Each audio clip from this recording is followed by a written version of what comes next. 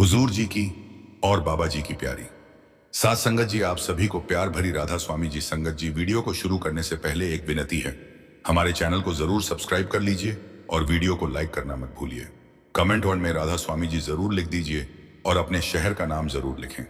संगत जी, क्या आपने कभी गहराई से यह विचार किया है कि जब हमारे जीवन में कोई दिखाई देने वाला सहारा नहीं होता, जब हर दिशा से रास्ते बंद से लगने लगते हैं, तब भी कोई ऐसी शक्ति होती है जो हमारे लिए काल से संघर्ष कर रही होती है। जिस समय हम गहरी नींद में होते हैं, जिस समय हमारा मन संसार की भागदौड़, इच्छाओं और उलझनों में भटका रहता है, उस समय भी सतगुरु चुपचाप भीतर ही भीतर हमारे भारी कर्मों का बोझ उठाए खड़े रहते हैं। हम अपने लाभ हानि में उलझे रहते हैं, पर सदगुरु हमारी आत्मा की रक्षा के लिए अदृश्य युद्ध लड़ते रहते हैं। ऐसा युद्ध जो आंखों से दिखाई नहीं देता, संगीत पर जीवन को बचाए रखता है। लेकिन संगत जी, यही एक बहुत गहरा प्रश्न खड़ा होता है। जब सतगुरु हमारे लिए इतना संगीत कुछ कर रहे हैं, तो क्या हम अपने हिस्से का धर्म निभा रहे हैं? क्या हम भजन सिमरन के माध्यम से उस कृपा का मान रख पा रहे हैं, या फिर संगीत सब कुछ सतगुरु पर छोड़कर निश्चिंत होकर संसार में ही खोए हुए हैं? संगत जी, आज की यह वीडियो बहुत ही प्रेम से भरी और गहरी आत्मिक समझ देने वाली है। इसे अंत तक अवश्य सुनिएगा, क्योंकि आज हम जानने वाले हैं कि सतगुरु कैसे हमारे लिए काल से अदृश्य युद्ध लड़ते हैं और भजन सिमरन के द्वारा हम उस दिव्य संघर्ष में उनका साथ कैसे दे सकते हैं। और संगत जी, आगे बढ़ने से पहले एक विनम्र सा निवेदन है। अगर आप हमारे चैनल भजन मार्गम पर पहली बार आए हैं तो कृपया संगीत इसे सब्सक्राइब जरूर कर लें, ताकि सदगुरु से मिलन के इस रूहानी और प्रेमपूर्ण सफर में हर आध्यात्मिक संदेश, हर प्रेरक ज्ञान आप तक निरंतर पहुंचता रहे। संगीत, हमें पहले यह जानना बहुत जरूरी है कि काल आखिर है क्या, जिससे सतगुरु हमारे लिए निरंतर संघर्ष करते रहते। संगीत है, काल कोई बाहर बैठा हुआ डरावना रूप नहीं है, बल्कि यह हमारे ही कर्मों का सूक्ष्म हिसाब है, जन्म मरण का वह अंतहीन चक्र है। संगीत जो आत्मा को बार बार इस संसार में खींच लाता है, यही काल मन के माध्यम से काम करता है। वासना, आवश्य, अहंकार, मोह और आसक्ति के रूप में, और आत्मा संगीत को उसकी मूल शुद्ध अवस्था से नीचे की ओर गिराता रहता है। कभी वह हमें सुख का स्वाद चखा कर बांध लेता है ताकि हम उसी में उलझे रहें, और कभी दुहक का प्रहार करके हमें तोड़ देता है। संगीत, ताकि हम भीतर से कमजोर हो जाएं। इस पूरी प्रक्रिया में मन उसका सबसे बड़ा संगीत हथियार बन जाता है, जिसके सहारे वह आत्मा को बाहर की ओर फैलाता रहता है। इसलिए संगत जी, यह समझना आवश्यक है कि काल हमारा सीधा दुश्मन नहीं है, लेकिन उसका स्वभाव हमें बांध कर रखना है, और इसी बंधन से मुक्त कराने के लिए सदगुरु हमारे लिए भीतर ही भीतर वह अदृश्य युद्ध लड़ते रहते हैं। और संगत जी, इस सत्य को और गहराई से समझने के लिए एक बहुत ही मार्मिक साखी हमारे सामने आती है, जो यह स्पष्ट कर देती है कि काल कैसे काम करता है और सत्संग भजन के मार्ग पर चलते हुए साधक की परीक्षा कैसे ली जाती है। एक व्यक्ति सुबह सवेरे उठा, स्नान किया, साफ कपड़े पहने, संगीत नीति और पूरे प्रेम व श्रद्धा के साथ सत्संग का आनंद लेने के लिए सत्संग संगीत घर की ओर चल पड़ा। चलते चलते रास्ते में वह अचानक ठोकर खाकर गिर पड़ा और उसके कपड़े कीचड़ से संगीत सन गए। वह बिना खिन्न हुए वापस घर लौटा, कपड़े बदले और फिर से उसी श्रद्धा के साथ सत्संग की ओर चल पड़ा। परंतु आश्चर्य, संगीत देखिए, ठीक उसी जगह वह दूसरी बार फिर गिर पड़ा। इस बार भी उसने हार नहीं मानी। चुपचाप घर जाकर फिर कपड़े, संगीत बदले और तीसरी बार सत्संग की ओर निकल पड़ा। जब वह तीसरी बार उसी स्थान पर पहुंचा तो उसने देखा कि एक व्यक्ति हाथ में चिराग लिए खड़ा है और उसे अपने पीछे से चलने को कह रहा है। वह व्यक्ति बिना किसी डर के उसके पीछे चल पड़ा और वह चिरागधारी उसे सुरक्षित सत्संग घर के द्वार तक ले आया।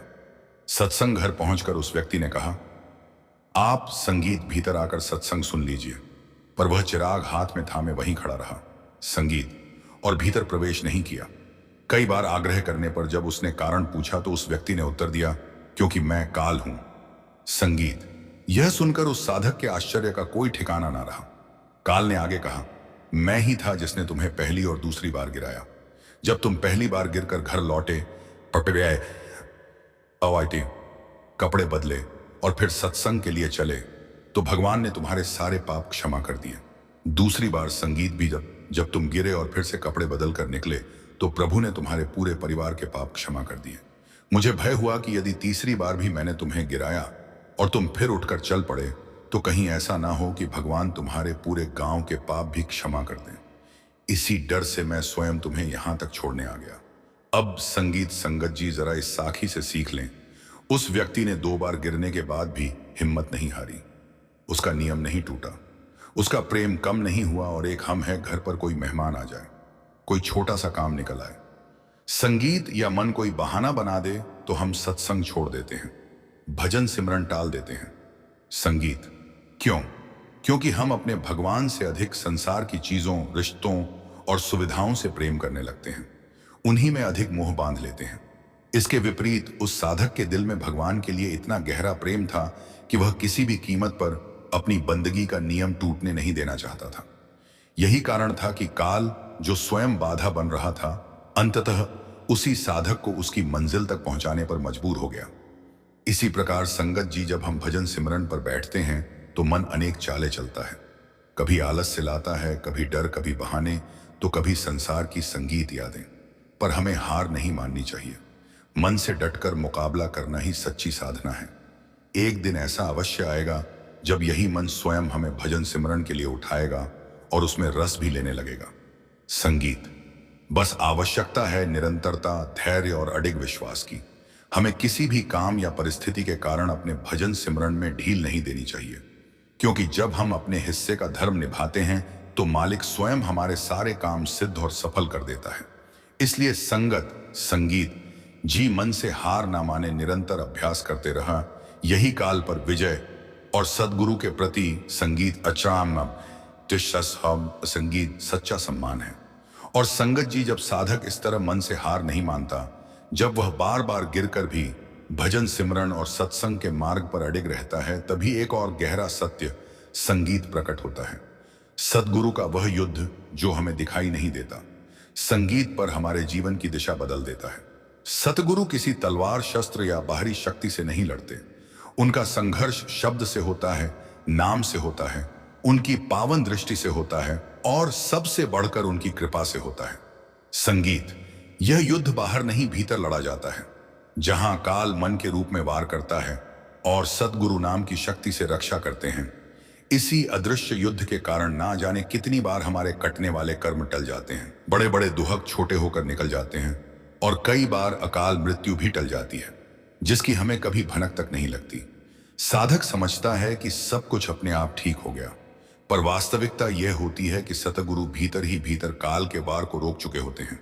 इसी संघर्ष का परिणाम होता है कि साधक के अंतर्मन में जागरण की एक सूक्ष्म चिंगारी जल उठती है, नाम की ओर खिंचाव बढ़ता है, भजन में टिकाव आने लगता है और विश्वास गहराने लगता है। सच तो यह है संगत जी कि जहां साधक की अपनी शक्ति समाप्त हो जाती है, संगीत जहां मन हार मानने को तैयार हो जाता है, वहीं से सतगुरु का वास्तविक वैपारिक संगीत युद्ध आरंभ होता है और वही युद्ध हमें धीरे धीरे काल के बंधनों से मुक्त करने की दिशा में ले जाता है। संगत जी, सतगुरु अपार सामर्थ्य के स्वामी हैं। संगीत वे चाहे तो एक क्षण में सब कुछ बदल सकते हैं, हमारे कर्म काट सकते हैं और हमें काल के बंधनों से छुड़ा सकते हैं। संगीत लेकिन सतगुरु कभी भी साधक पर जबरदस्ती नहीं करते। वे मार्ग दिखाते हैं, हाथ थामते हैं, रक्षा करते हैं, पर चलना साधक को स्वयं होता है। उनका प्रेम इतना पवित्र होता है कि वे हमारी स्वतंत्रता का भी पूरा सम्मान करते हैं। इसीलिए संगत जी, इस अदृश्य युद्ध में साधक का भी एक कर्तव्य है। साधक की जिम्मेदारी है कि वह रोज भजन सिमरन करें, नाम की कमाई करें, अपने मन को भटकने से रोककर उसे सही दिशा दें। स्वागत में बैठना, सेवा करना, संगीत और जाते ही हम और सुमिरन में टिके रहना, यह सब उस सहयोग के रूप हैं जिनसे सतगुरु की कृपा और भी प्रभावी हो जाती है। जब साधक ईमानदारी से अपना हिस्सा निभाता है, तब सतगुरु की रक्षा और भी प्रबल हो जाती है। और यही संगत जी संगीत एक तीखा लेकिन बिल्कुल सत्य प्रश्न हमारे सामने खड़ा होता है। अगर सतगुरु हमारे लिए हर पल काल से लड़ रहे हैं, हमारे अनदेखे संगीत संकटों को टाल रहे हैं, तो क्या हम भी रोज एक आध घंटे मन और काल से लड़ते हैं? या संगीत फिर हम सब कुछ सदगुरु पर छोड़कर स्वयं संसार और बहानों के आगे हार मान लेते हैं? यही आत्म मंथन वह मोड़ है जहां से साधक की वास्तविक साधना शुरू होती है और संगत जी, यदि साधक अपने इस कर्तव्य से पीछे हट जाता है, यदि वह जानबूझकर या आलस्यवश भजन सिमरन को टालता रहता है, तो इसका प्रभाव बहुत गहरा और सूक्ष्म होता है। संगीत भजन ना करने से सबसे पहले मन और अधिक बलवान हो जाता है। संगीत, क्योंकि उसे रोकने वाला कोई अभ्यास नहीं रहता। मन की यही शक्ति काल को खुला रास्ता दे देती है, जिससे वह फिर से साधक के जीवन में हस्तक्षेप करने लगता है। संगीत बाहर से सब कुछ सामान्य दिखाई देता है, पर भीतर ही भीतर गुरु द्वारा दी गई रक्षा धीरे धीरे ढीली पड़ने लगती है, क्योंकि साधक स्वयं उस कृपा से जुड़ा रहना छोड़ देता है। सतगुरु पीछे नहीं हटते, पर साधक आगे बढ़ना रोक देता है। इसे जीवन के सरल उदाहरण से समझिए। संगत जी, अगर हाथ में छाता हो लेकिन बारिश में उसे खोला ही ना जाए तो भीगने से कोई नहीं बचा सकता। उसी तरह अगर दवा घर में रखी हो लेकिन समय पर संगीत खाई ही ना जाए तो बीमारी कैसे ठीक होगी। ठीक यही स्थिति भजन सिमरन की है। सतगुरु ने हमें काल से लड़ने का सबसे बड़ा हथियार दे दिया है, नाम। लेकिन दुख की बात यह है कि हम उस हथियार को चलाते ही नहीं और फिर शिकायत करते हैं संगीत कि मन क्यों नहीं मानता, जीवन में कष्ट क्यों आते हैं। सच तो यह है संगत जी कि जब तक साधक स्वयं नाम का सहारा नहीं लेता, तब तक सतगुरु की दी हुई कृपा का पूरा बल प्रकट नहीं हो पाता। संगत जी, अक्सर हम यह समझ लेते हैं कि सतगुरु का सम्मान केवल उनकी तस्वीर लगाने से, जयकारे लगाने से या कथाएं सुन लेने से पूरा हो जाता है। यह सब भावनाएं गलत नहीं है, पर यदि यही तक सीमित रह जाए तो यह सम्मान अधूरा रह जाता है। केवल बाहर की श्रद्धा बिना भीतर के परिवर्तन के सतगुरु के उद्देश्य को पूरा नहीं कर पाती। सतगुरु का सच्चा सम्मान तब होता है संगत जी, जब साधक रोज भजन सिमरन करता है, अपने मन की सफाई करता है, अहंकार को धीरे धीरे छोड़ना सीखता है और नाम को अपने जीवन का आधार बना लेता है। जब नाम केवल माला तक सीमित न रहकर सांसों में उतरने लगता है, तब सतगुरु की प्रसन्नता प्रकट संगीत होती है। यही वह क्षण होता है जब साधक और सतगुरु के बीच का संबंध औपचारिक नहीं बल्कि जीवंत और सक्रिय हो जाता है। सच तो यह है कि जिस दिन साधक नाम को अपनी प्राथमिकता बना लेता है, उसी दिन सतगुरु और भी अधिक शक्ति के साथ काल से लड़ने लगते हैं, क्योंकि संगीत अब साधक स्वयं भी उस दिव्य युद्ध में सहभागी बन चुका होता है। संगत जी, जब सच्चे सम्मान की यह समझ भीतर उतरने लगती है, तब साधक के जीवन में आत्म मंथन का समय आता है। अब प्रश्न बाहर किसी से नहीं बल्कि अपने ही मन और अंतरात्मा से पूछे जाते हैं। क्या मैं सच में रोज तय समय पर भजन सिमरन करता हूं, या फिर सुविधा के अनुसार उसे टाल देता हूं? जब मैं नाम लेने बैठता हूं तो क्या मेरा मन उसमें लगता है, या फिर वह हर पल नए नए बहाने ढूंढता रहता है? और सबसे गहरा प्रश्न, क्या मैं सतगुरु को हर समय याद करता हूं, या केवल तब जब जीवन में कोई परेशानी संगीत आ खड़ी होती है? यह प्रश्न कठोर लग सकते हैं संगत जी, पर यही प्रश्न साधक को जगाते हैं, क्योंकि सत्य यही है कि सतगुरु तो हर क्षण हमारा हाथ थामे खड़े हैं, बिना थके बिना रुके हमें संभाले हुए। अब सवाल केवल इतना रह जाता है, क्या हम उनका हाथ पकड़े हुए हैं, या फिर संगीत संसार और मन के हाथों में अपना हाथ सौंपे बैठे हैं? यही आत्म मंथन साधना को गहराई देता है, और यहीं से भीतर की यात्रा वास्तव में शुरू होती है। संगत जी, इस आत्म मंथन के बाद मन को केवल प्रश्नों में उलझाकर छोड़ देना ही पर्याप्त नहीं होता, बल्कि अब आवश्यकता है समाधान और प्रेरणा की, ताकि साधना जीवन में स्थिर हो सके। इसका सबसे सरल और प्रभावी उपाय है रोज का एक छोटा लेकिन सच्चा नियम। भजन सिमरन के लिए समय निश्चित संगीत कीजिए, चाहे वह थोड़ा ही क्यों ना हो, पर तय हो। यहां संख्या या लंबी बैठकों से अधिक महत्वपूर्ण निष्ठा है। मन भटकेगा, बहकेगा, उठने के बहाने बनाएगा, फिर भी बैठे रहना ही साधना है, क्योंकि वही मन को सिखाता है कि अब उसे पीछे नहीं हटना है। याद रखिए, संगत जी, भजन सिमरन में परिपूर्णता से अधिक प्रेम की आवश्यकता होती है। थोड़ा सा भजन भी अगर प्रेम और विश्वास के साथ किया संगीत जाए, तो वही सतगुरु के अदृश्य युद्ध में बहुत बड़ी ताकत बन जाता है। जब साधक सच्चे भाव से अपना यह छोटा सा प्रयास करता है, तो सतगुरु उसे अनेक गुना संगीत बढ़ाकर काल के हर वार से उसकी रक्षा करते हैं। यही भरोसा साधक को रोज उठकर बैठने की शक्ति देता है, और यही निरंतरता अंततः जीवन को रूपांतरित कर देती है।